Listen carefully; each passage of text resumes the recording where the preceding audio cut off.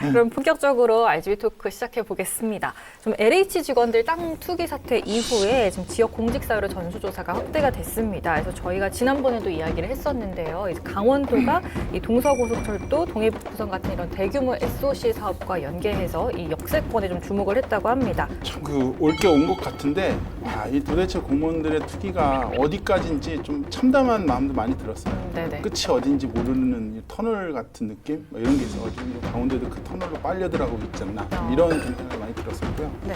그리고 이제 초반에 이제 강원도에서 자체 감사 뭐 진행한다고 해가지고 과연 그 내부에서 하는 감사가 좀 잘 진행될까 이런 좀 걱정도 많았었거든요. 여론이 있어가지고 잠깐 뭐 열심히 하는 척 이런 게 아니라 정말 이번 기회에 공직사회 투명성 확보도 하고 네. 뭐 투기는 정말 근절하겠다 이런 좀 근본적인 원칙을 가지고 접근해서 좀 철저하게 조사를 해야 된다 이런 숙제가 굉장히 많이 남아 있는 것 같아요. 네. 지금 조사가 공무원 당사자 명의로만 조사하고 그렇죠. 있거든요. 네. 가족들을 조사하려면 동의를 받아야 되기 때문에. 근데 저희가 법률사무소를 운영하다 보니까 최근에 이런 상담이 들어왔는데 몇 년 전에 본인 소유 토지를 매도를 한 거예요. 근데 사간 사람이 알고 보니까 고위 공무원의 아내였다. 근데 매도하자마자 일주일 안에 역세권 개발 발표가 나서 막 따졌다는 거야, 자기가. 이렇듯이 공무원이 본인 명의로 직접 토지를 구매하진 않습니다. 다 가족 명의로 구매를 하기 때문에 여기에 대해서 좀 조사를 확대해야 되고요. 가장 중요한 게 방금 말씀드린 그 고위 공무원도 이미 퇴직하셨어요. 네. 현직 있는 공무원과 현직 선출직보다는 이전 선출직, 뭐 지자체장인데 3선 임기를 만료한 지자체장인데 이거 다 포괄적으로 조사를 해야 된다고 보여집니다. 지금 말씀하신 것이 차명계좌나 본인 명의로 이름 사는 사람들은 솔직히 좀 바보란 소리 얘기도 듣거든요. 그러니까 다들 이제 가족명이나 직계가족 정도는 지금 빨리 전수조사 들어가야 될 것 같고요.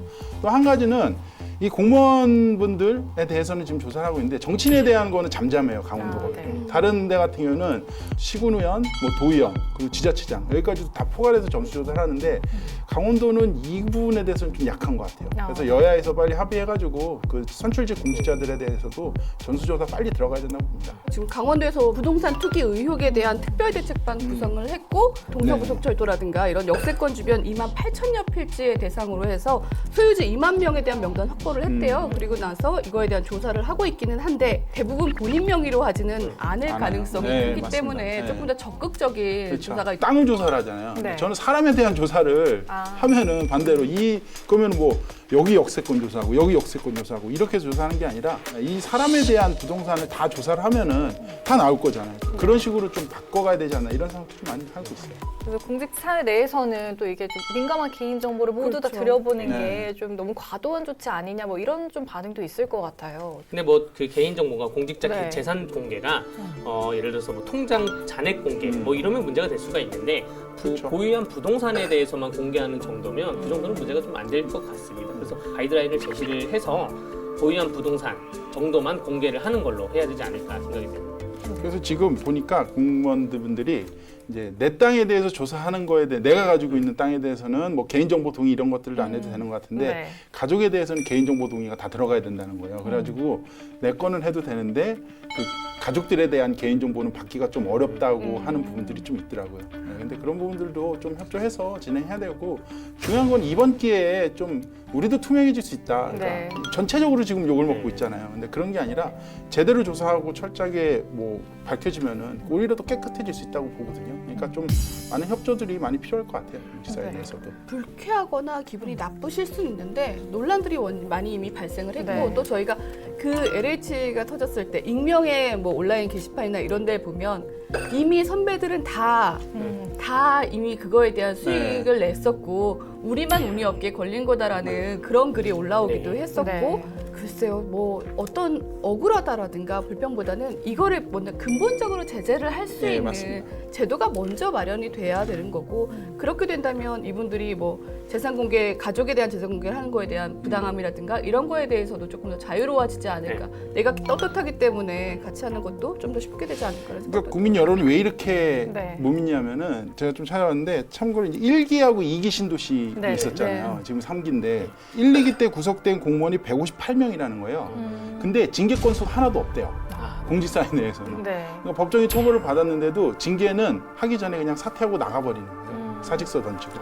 아시겠지만 공무원들은 이제 징계를 받고 받고 퇴임을 하느냐 아니냐가 굉장히 크잖아요. 네. 근데 그렇지 않고 그냥 연금도 있고 뭐 퇴직금 문제도 있고 이러니까 지금 부신이나 이런 것들이 높은 것 같아요. 오히려 더. 네. 그리고 또 말씀해주신 대로 이 선출직 공무원들, 시 도의원들의 부동산 투기 논란까지 좀 가세를 했습니다. 지난 2018년 매매가 이루어진 후 고급 주택단지가 조성됐습니다. 연이어 바로 옆에 2차선 도로까지 신설돼 땅값은 구입 당시보다 배 이상 올랐습니다. 문제는 해당 부지를 매입하고 개발 사업을 추진한 사람이 속초시의회 모 의원의 아들이라는 점입니다. 그 속초시 의원 아들 땅 투기 논란이 있었는데 이게 어떤 내용인지 좀 설명을 해주시죠. 선거 직전에 그 당선된 모 의원의 아들이 네. 토지를 구매를 했습니다. 이게 속초에 있는 부지인데 네. 당시에는 그냥 뭐 농지 같은 그런 땅이었던 것 같아요. 근데 이후에 고급 주택 단지로 조성을 했고 아, 이거에 대해서 매매가 이루어지면서 현재 땅값은 배 이상 올라 있는 상황인데 매입 후에 그 없던 도로가 2차선 도로가 포장이 되기도 했고 뭐 이러면서 이제 이거에 대해서 특혜라든가 아니면 투기라는 의혹들이 일고 있는 상황입니다. 근데 이에 대해서 해당 의원을 저희가 만나서 취재도 했어요. 그리고 네. 본인의 해명을 하자라면 부동산을 산 것 역시 자신의 아들이 자기의 퇴직금이라든가 적금을 열심히 모아서 산 돈으로 구매를 했고 당선이 되기 전에 구매를 했기 때문에 이거는 이해관계가 성립되지 않는다라는 본인의 입장이세요. 근데 이제 보는 시각들에 대해서는 여전히 의혹이 좀 계속되고 있는 상황이죠. 근데 내 퇴직금이나 이걸로 땅을 사면 투기가 안 되나요? 아니 뭐 미공개 정보를 이용했냐 그렇죠. 네. 이 고급 주택단지 사업이 그 관주도 사업이냐 아니면 민간주도 사업이었냐 뭐 일단 요거를 봐야 되는 것이고 진짜 투기인지 아닌지는 봐야 되겠지만 말씀하신 것처럼 그 도로가 난 게 관건인 것 같아요.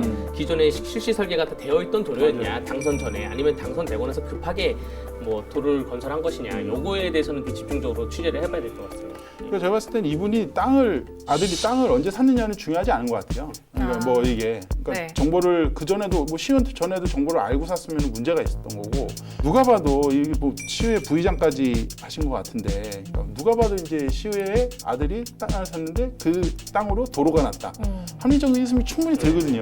특권을 이용한 것 같은데 정말 이런 거 이렇게 하시면 안 되고 사실 도로가 지자체에서 도로 하나 뚫기 굉장히 어려워요. 네. 네, 어렵고 몇 년 걸리고 설계부터 해가지고 뭐 민원 뭐 이렇게 굉장히 오래 걸리는데 뭐 불과 얼마 안 된 것 같거든요. 이건 누가 봐도 좀 특권을 이렇게 활용해가지고 투기를 한 것 같고요. 저는 미공개 정보를 이용한 것도 문제인데 네. 내가 가지고 있는 권력이나 권한을 가지고 그 땅의 가치를 높이는 것도 투기 아니냐는 거죠. 더 큰 문제인 것 같고 정말 시험분들이 이렇게 하시면 안 되는데 이런 건들이 여기 적었는데 의혹입니다. 아, 그리고 이게 지금 그 자체 시의회에서도 네. 자체적인 부동산 투기에 대한 네. 전수조사가 필요된다는 의견을 얼마 전에 냈었어요. 그래서 뭐 요거가 조사가 이루어질지는 모르겠지만 지역의 전체적인 부동산 투기에 대한 검증 절차는 아마 있지 않을까라는 생각이 들어서 이거 역시 의혹이라면 좀 더 투명하게 밝혀지는 과정들이 거치게 될 맞습니다. 거라는 생각이 듭니다. 네, 그래서 속초시 같은 경우는 지금 뭐 7급 이상 전현직 네. 공무원이나 시장 그리고 시의원들이 이제 부동산 관련 위법 행위를 했는지를 전수조사를 한다고 합니다. 여기엔 또 배우자나 직계 좀비속이 포함이 됐다고 하더라고요. 그래서 이런 부동산 특별 대책반을 운영을 할 계획이라고 하는데 지금 뭐 강원도가 이렇게 전수조사하고 있고 이런 것 조사를 한 뒤에 실제로 좀 위법 행위가 드러나게 된다면 네. 뭐 처벌 같은 거 좀 어떻게 진행되는 네, 건가요? 전수 조사에서 끝나지 않고 적극적으로 고발을 해야 되고요. 네. 고발을 해서 만약에 위법 행위가 확정이 된다 하면 형법 127조에 공무상 비밀 누설죄가 있습니다. 그래서 특별법으로 부패 방지 권익위법에 86조에 업무상 비밀 이용죄가 있습니다.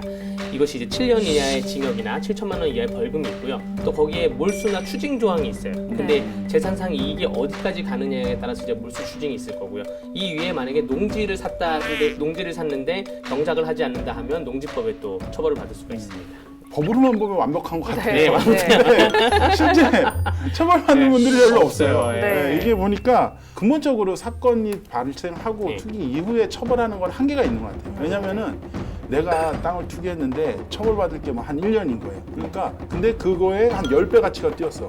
차라리 처벌 받아도 투기를 하겠다. 이런 것들도 예. 굉장히 많은 것 같아요. 네. 그래서 차라리 뭐 1년 내에 뭐 땅을 팔았으면은 뭐 이익의 네. 90%를 뭐 환수를 하든가 우리 사전 대책이 좀 많이 필요한 것 같은데 그게 부족한 것 같아요. 일 터지고 처리하는 걸로는 한계가 네. 있어요. 제가 봤을 때는. 저는 포상제를 좀 뒀으면 좋겠어요. 포상제. 신고 네, 신고 아, 신고 포상제. 포상제. 신고해서 그 이익을 환수해서 신고한 사람한테 주는 거예요. 그래서 옆집 사람이 부동산을 샀네? 근데 와이프가 공무원이네? 뭐 이런 식으로 해서 네. 신고해보고 신고를 했는데 진짜 밝혀졌어. 미공개 정보를 이용했다. 그러면 2억이 올랐다. 거기에 50%를 포상금으로 주겠다. 뭐 이렇게 가야 되지 땅 않을까. 팔아치가 생길 수도 있을 것 같은. 저도 그러면 땅 팔아치로 적어봐야 돼. 아, 네. 정보 들어오는 이거 굉장히 유망주. 강원도 또 특히나 더한 것 같아요. 그러니까 네. 땅 중에서 전부 다 수도권 외지인분들이 네, 다 사가지 맞아요. 않았어요. 그러다 보니까 농민분들은 그냥 이게 뭐 근데 이제는 예전에는 희망이라도 있었는데 그쵸. 조금이라도 지금은 너무 올라버리니까 그 희망을 뺏어버리는 거는 이게 상대적으로 모두가 허탈감을 느끼긴 하지만 가장 크게 느끼실 수 있는 게 수십 년 아니면 대를 이어서 농사를 지으면서 경작해 오시는 네, 분들이 상대적인 박탈감이나 상실감은 저희가 생각하는 것 이상이실 것 같아서 그런 거에 대한 어떤 제도적인 마련은 분명히 필요하긴 한 것 같아요.